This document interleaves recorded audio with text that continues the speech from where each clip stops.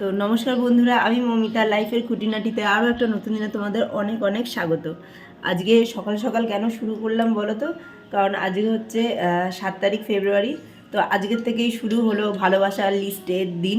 আর 6 তারিখ আমাদের বিয়ের ডেট গেছে, তো আমাদের তো 6 তারিখ থেকেই শুরু হয়ে যায়। তো আজকে হচ্ছে রোজ ডে, কিন্তু দুঃখের বিষয় আমার কর্তামশাইকে রোজ আর কিনতে লাগে না, কারণ যেহেতু 6 তারিখের মানে আমাদের অ্যানিভার্সারি থাকে। তো আমার ঘরে সাধারণত রোজ এদিক ওদিক ঘোরাফেরাই করতে থাকে, সেখান থেকেও তো নিয়ে টমকে দিয়ে বলতে পারো হ্যাপি রোজ ডে, সেটাও তো বলবো না। আমার ঘরে রোজ দেখবে এই যে কালকে অ্যানিভার্সারি ডে চলে গেছে, রোজ ডেতে রোজ ঘেটি নিচু করে ওই যে ঝরে যাচ্ছে। না বলতে তুমি বলতে তো পারো একটু, ওখান থেকে ওইখানে তো রোজটা টাটকা ছিল।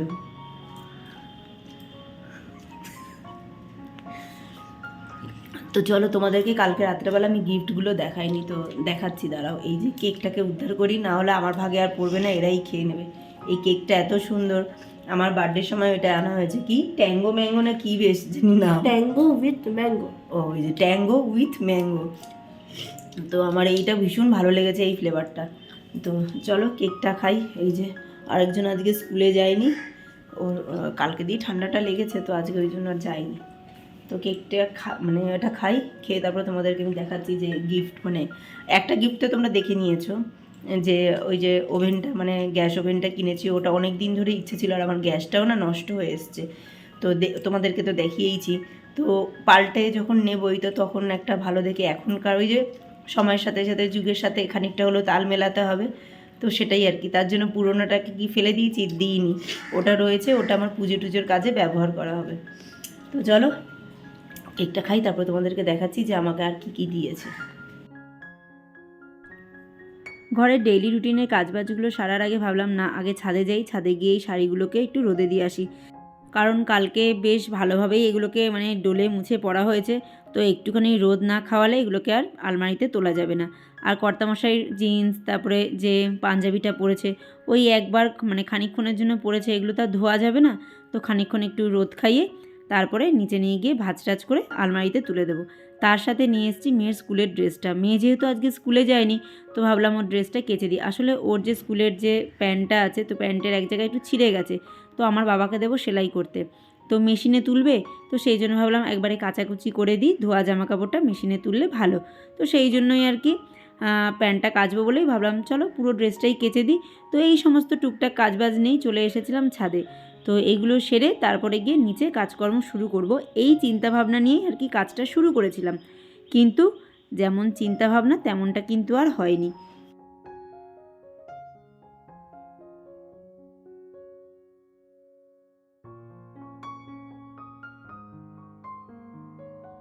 এই যে শাড়িটা দেখতে পাচ্ছ, এই শাড়িটা আমি 22 বছর পরে আবার পরলাম। এটা আমার বিয়ের আগের শাড়ি। আর ওই যে বললাম না, আমরা এই বাড়িতেই আগে ভাড়া থাকতাম, আর আমার শাশুড়ি মা না শাড়ির ব্যবসা করতো। তো তখন ওই ওনার কাছ থেকে আর কি এই শাড়িটা নিয়েছিলাম। তো সেই শাড়িটা মানে কত বছর বাদে যে বার করলাম। আর শাড়ির কালারটা বিশেষ করে আমার খুব খুব পছন্দের একটা কালার। আমার ভীষণ ভালো লাগে এই কালারের শাড়ি হোক, চুড়িদার হোক, যাই হোক, এই কালারটা আমার ভীষণ পছন্দের। আর এইদিকে দেখো, মা ওই ছোলা খায়, তো ছোলা ভিজিয়ে বাবা সকালবেলা খায়। তো সেখান থেকে দু একটা ছোলা এরকম এখানে ফেলে দিয়েছিল, তো তার থেকে ছোলা গাছ হয়েছে। গাছ তো হয়েছে, আবার তাতে ফলও ধরেছে। দেখো ছোট ছোট কয়েকটা ছোলাও হয়েছে, যেটা দেখে কিন্তু ভীষণ ভালো লাগছিল আমার। তো যাই হোক, ওইদিকে ছাদে ঘোরাঘুরি করে এদিকে চলে এসেছি মেয়ের ড্রেসটা কাছাকাছি করতে।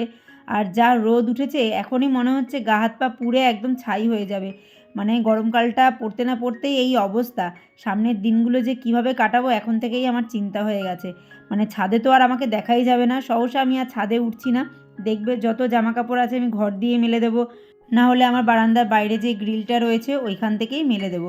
তো এরপর ছাদে জামা কাপড় শুকোতে আসলে নিজেদেরকেই শুকিয়ে যেতে হবে। তো মেয়ের স্কুল ড্রেসটার সাথে সাথে ওই শাড়িটার সাথে ম্যাচিং করে যে সায়া ব্লাউজটা পরেছিলাম, তো সেটাকেও ধুয়ে দিচ্ছি। কারণ আমি না সায়া ব্লাউজ খুব একটা কিনি না ম্যাচিং ম্যাচিং।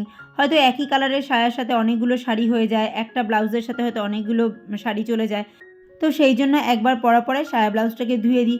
তাহলে কী হয় বলো তো, অন্যান্য সময় ধরো কোথাও পুজো বাড়িতে যাব, মানে পুজোর কোনো একটা অকেশন আছে যেখানে ধোয়া জামা কাপড় পরতে হবে, তখন হয়তো ম্যাচিং শাড়িটা পেলাম, তখন হয়তো ওই সায়া ব্লাউজটাই লাগবে ওটার সাথে পরে যেতে। তো সেই জন্য আমি সায়া ব্লাউজটা সবসময় ধুয়ে দিই।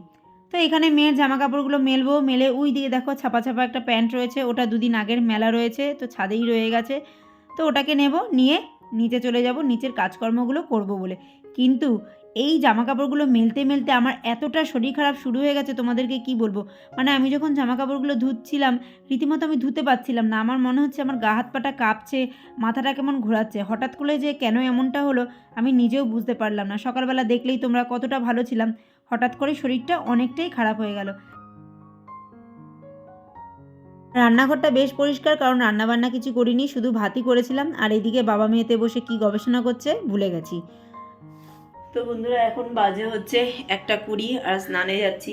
তোমাদেরকে সকালবেলা বললাম আমি গিফটের ওই যেগুলো এসছে ওগুলো সব দেখাবো, কিন্তু আমার শরীরটা এত খারাপ করে উঠলো তোমাদেরকে কি বলবো। ওই যে ছাদে গেলাম, ছাদে গিয়ে জামা কাপড়গুলো কাচাকাচি করতে দেখলে, তারপরে হঠাৎ করে এতটাই মানে জানি না গ্যাস ফর্ম করে গেল না কি যেন, মানে মাথাটা ঘোরাচ্ছিল আর ঘাড় মাথা দিয়ে যন্ত্রণা, তার সাথে হাত পাও জানি কাঁপাকাঁপি করছে। তো সেই জন্য আর তখন আর মানে ইচ্ছেই করছিল না, মানে রীতিমতো খুব আস্তে ধীরে সেই তখন থেকে মানে, তো তখন আর কোনো কিছু করার আর ইচ্ছেই করছিল না, খুব আস্তে ধীরে তখন থেকে সমস্ত কাজগুলো সারলাম। তো আজকে আর রান্নাও কিছু করিনি, ওই যে দেখলে ভাত বসিয়েছি আর কালকেরই একটু চিকেন রয়েছে, তো সেই দিয়ে আর খাওয়া হয়ে যাবে।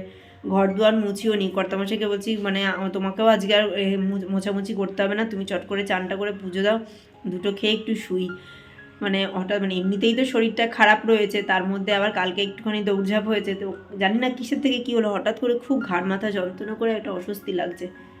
তো চলো যাই, গিয়ে স্নানটা সারি। আর এই যে এখানে না ওই যে কালকে যে ঠাকুরের পায়েস টায়েসগুলো করেছিলাম না, দাঁড়া, তো এই যে এই বেসিনে রাখা রয়েছে সেই হাঁড়ি টাড়িগুলো, তো সেগুলোকে একটু ধুয়ে দিই, ভুলেই গেছিলাম যে এগুলো এখানে রাখা রয়েছে।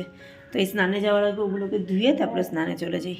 চলো, তারপরে এসে খেয়ে দে বসে তোমাদেরকে আমি দেখাচ্ছি যে কর্তামশাই আমাকে আর কি দিয়েছে আর আমি বা কর্তামশাইকে কী দিলাম। মাঝে মাঝে একটু কাছে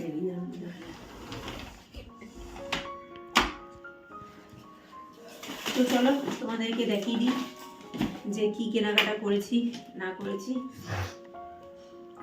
শরীরটা খুব খারাপ লাগছে এখন, এই যে খেয়ে দিয়ে একবারে বসলাম, এবার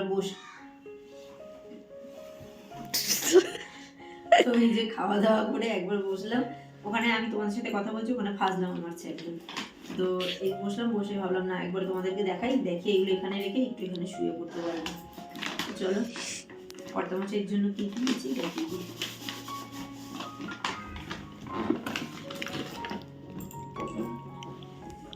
এগুলো পরে ভাঁজ করবো। তো এই যে এই একটা গেঞ্জি, এটা বাজার কলকাতা থেকে নিয়ে এসেছিলাম। এই একটা, আর এই যে এই একটা, দুটো গেঞ্জি আমার খুব পছন্দ হয়েছে। আর আমি কিছু না কিনে দিলে সে তো কিনবেই না। আর দুজনের জন্য কেনাকাটা করবো, বাড়িতে তো একটা কাবাব হাড্ডি আছে, তো সেই হাড্ডিটার জন্য কিছু না নিয়ে আসলে ভালো লাগবে, মনটা তো খুঁতখুত করবে। কিন্তু এই গেঞ্জিটা 200 টাকা নিয়েছে, গেঞ্জিটা কত সুন্দর হয়েছে, এত ভালো লাগছে গেঞ্জিটা। তো আর ওই যে বললাম ও গেঞ্জি টেঞ্জিগুলো খুব পছন্দ করে, তো সেই জন্য ওর জন্য এই একটা গেঞ্জি নিয়ে এসেছি, পয়লা বৈশাখের সময় কাজে লেগেছে। আর এইটা দেখো, আর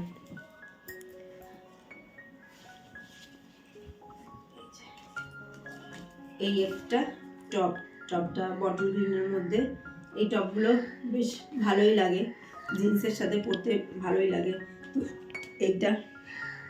তো এইটা সম্পূর্ণ কর্তামশাইয়ের পছন্দ, সেই একদম মানে আমি ওইদিকে মেয়েরটা দেখাদেখি করছিলাম, তো নিজেই পছন্দ করে এনে আমাকে দিয়েছে, বলছে এটা ভালো লাগছে এটা নাও। তো এই টপটা ওখান থেকে কিনেছি। আর যেহেতু হাতিবাগান গেছিলাম, তো একটু স্ট্রিট মার্কেটিং না করলে ভালো লাগবে না, মনটা খুঁতখুত করে, তো সেই জন্য এই নায়রাটা ওখান থেকেই নিয়ে এসেছি।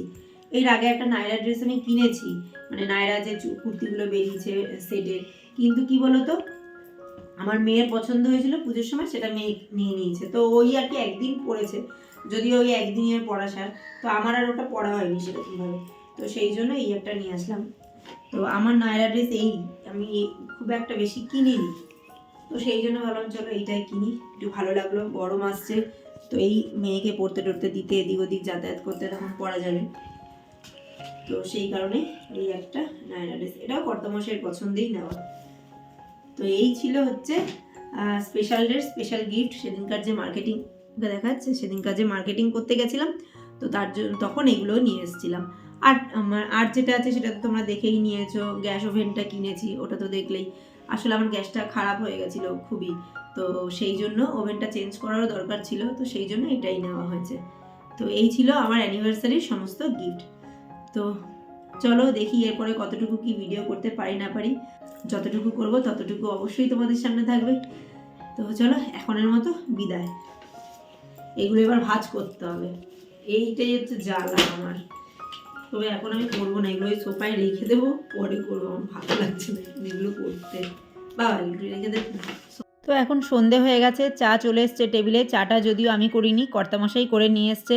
আর আমাকে তো দেখতেই পেলে, তোমাদেরকে জিনিসপত্রগুলো আর কি দেখিয়ে টেকিয়ে মানে নিজেই শুয়ে পড়েছি, এতটাই ক্লান্ত লাগছিল। আর এই বিস্কুটগুলো দেখো, এগুলো দিয়ে চা খেতে দারুণ লাগছিল। তো চলো দুজনে বসে একটু চা খেয়ে নিই, চা খেলে একটু মানে শরীরটা আর কি ভালো হবে এরকম মনে হচ্ছে। আর তোমাদেরকে কি দেখাচ্ছি বলো তো, ওই যে কালকে একটুখানি মেকআপ করেছি তাতেই দেখো একটা গোটা উঠে গেছে।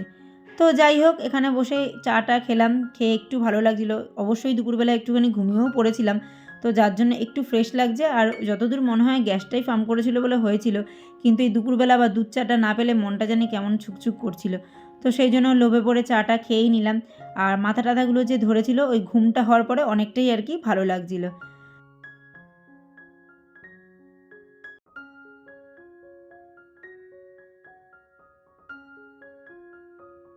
এখন একটু দরকারে বাইরে বেরোতে হচ্ছে, তো দেখতেই পাচ্ছ চারিদিক অন্ধকার। আর এই যে দেখো অন্ধকারের মধ্যে এই যে সাদা সাদা যেগুলো দেখতে পাচ্ছ, এগুলো কী বলো তো, বাতাবি লেবুর ফুল এসেছে। আর তার জন্য এই রাস্তার ধারটা এত সুন্দর গন্ধে মমা করছে, তোমাদেরকে কি বলবো, খুব সুন্দর লাগছিল, তাই চট করে তোমাদেরকে দেখিয়ে দিলাম। তো কাজ মিটিয়ে বাড়ি চলে এসেছি, বাড়িতে এসে দেখছি এই যে মেয়ের হাতে আমার গিটার, অনেক দিন পর হাতে গিটারটা নিল। আর সেটা দেখে আমার তো খুব ভালো লাগছিল, অনেক দিন পর আবার গিটারটা বাজাচ্ছিল।